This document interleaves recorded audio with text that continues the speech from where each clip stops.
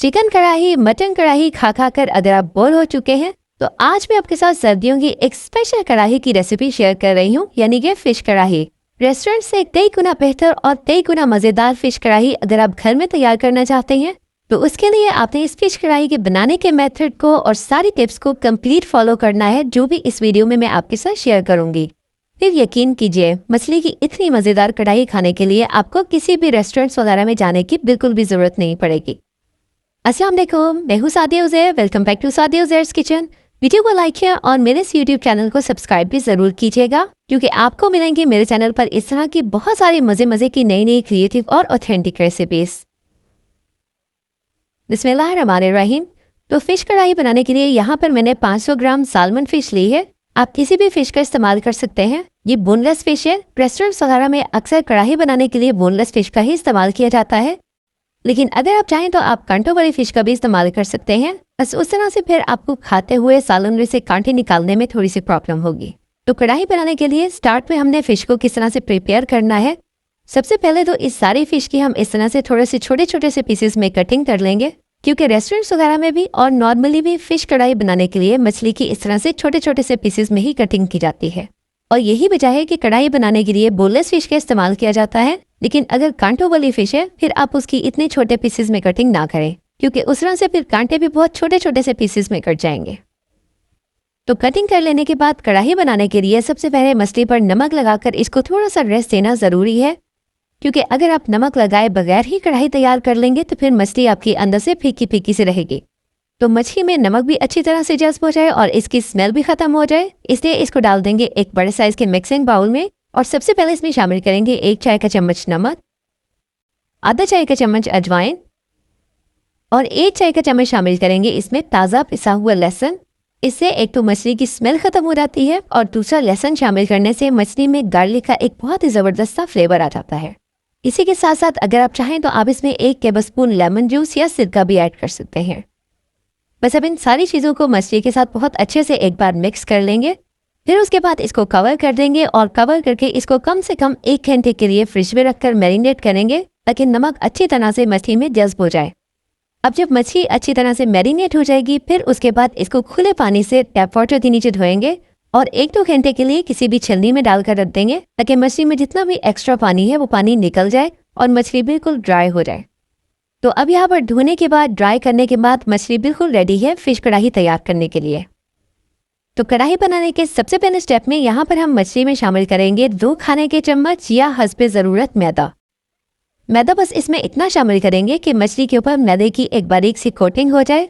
और यहाँ पर जैसे कि मैंने आपको पहले भी बताया है कि मछली में एक्स्ट्रा पानी ना हो, मछली ड्राई हो, क्योंकि अगर मछली ज़्यादा गीली होगी तो फिर मैदे की बहुत मोटी सी कोटिंग हो जाएगी। देखिए, मछली को टॉस करने के बाद इस तरह से मैदा इसके ऊपर लग जाएगा और बाउल में जितना भी नीचे एक्सेस मैदा बच जाए उसको आप निकाल दें। तो मैदे की कोटिंग करने के बाद नेक्स्ट स्टेप में अब हमने इस फिश को करना है फ्राई। रेस्टोरेंट्स वगैरह में इसी तरह से डीप फ्राई ही किया जाता है, लेकिन अगर आप घर में इसको थोड़ा सा हेल्दी बनाना चाहते हैं तो आप इसको शैलो फ्राई भी कर सकते हैं। फिश को फ्राई करने के लिए ऑयल का टेम्परेचर ना तो बहुत ज़्यादा तेज़ गर्म हो और ना ही बहुत हल्का गर्म हो।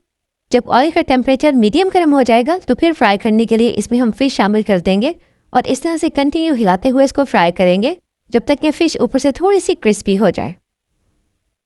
तो यहाँ पर फिश को फ्राई करने में तकरीबन 3-4 मिनट का टाइम लगा है। आप देखिए, फिश बहुत अच्छे से क्रिस्पी सी हो गई है। बस अब इसको हम फ़ौरन से ऑयल में से निकाल लेंगे। फिश को फ्राई करते करते एक बात का आपने और ध्यान रखना है कि इसको आपने ओवर फ्राई नहीं करना, वरना फिर फिश बहुत ज़्यादा हार्ड या ड्राई सी हो जाएगी। तो फिश को फिलहाल साइड पे रख देंगे। इसके बाद यहाँ पर मैंने कढ़ाई में से सारा एक्स्ट्रा ऑयल निकाल लिया है। सिर्फ 4-5 टेबलस्पून या इतना ऑयल कढ़ाई में रहने देंगे जिसमें हमने फिश कढ़ाई की फाइनल कुकिंग करनी है। तो दोबारा से पैन के नीचे फ्लेम ऑन कर देंगे और जब हल्का सा गर्म हो जाएगा फिर इसमें हम शामिल करेंगे 1 चाय का चम्मच साबित जीरा और 1/4 टीस्पून यानी कि 1/4 चाय का चम्मच अजवाइन।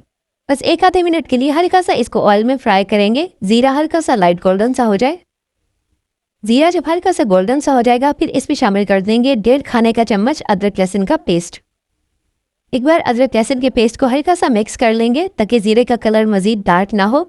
साथ ही इसमें शामिल कर देंगे 1 से 2 या अपने टेस्ट के मुताबिक हरी मिर्चें।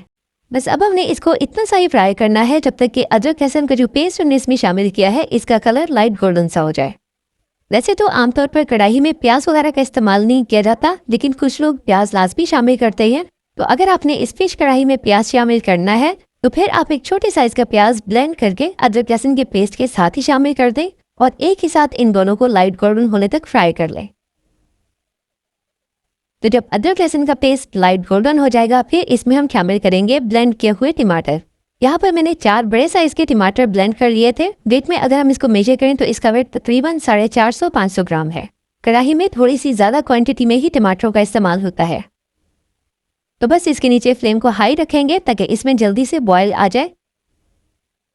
तो देखिए टमाटर पकने लग गए हैं। अब फ्लेम को हल्का कर देंगे और इसमें शामिल करेंगे कुछ स्पाइसेस। सबसे पहले शामिल करेंगे 1 चाय का चम्मच धनिया पाउडर, 1 चाय का चम्मच हल्दी पाउडर, हस्बे जायका नमक। मस्ती में हमने नमक ऐड किया था तो इसलिए आपने सिर्फ मिसाले के अकॉर्डिंग ही नमक ऐड करना है। 1 चाय का चम्मच या हस्बे जायका कुटी हुई लाल मिर्च और आधा चाय का चम्मच भुना और कूटा हुआ जीरा। अभी हमने इसमें कुछ मजीद स्पाइसेस भी ऐड करते हैं, लेकिन एक बार इसको थोड़ा सा मिक्स कर लेंगे क्योंकि टमाटर नीचे से जल सकते हैं। तो मजीद इसमें शामिल करेंगे आधा चाय का चम्मच या हस्बे जायका लाल मिर्च का पाउडर, आधा चाय का चम्मच कश्मीरी मिर्च का पाउडर और 1/4 चाय का चम्मच शामिल करेंगे इसमें गरम मसाला पाउडर। कश्मीरी मिर्च का पाउडर सिर्फ कलर के लिए ऐड किया जाता है, बिल्कुल भी स्पाइसी नहीं होता। अगर आप इसको स्किप करना चाहें तो स्किप कर सकते हैं।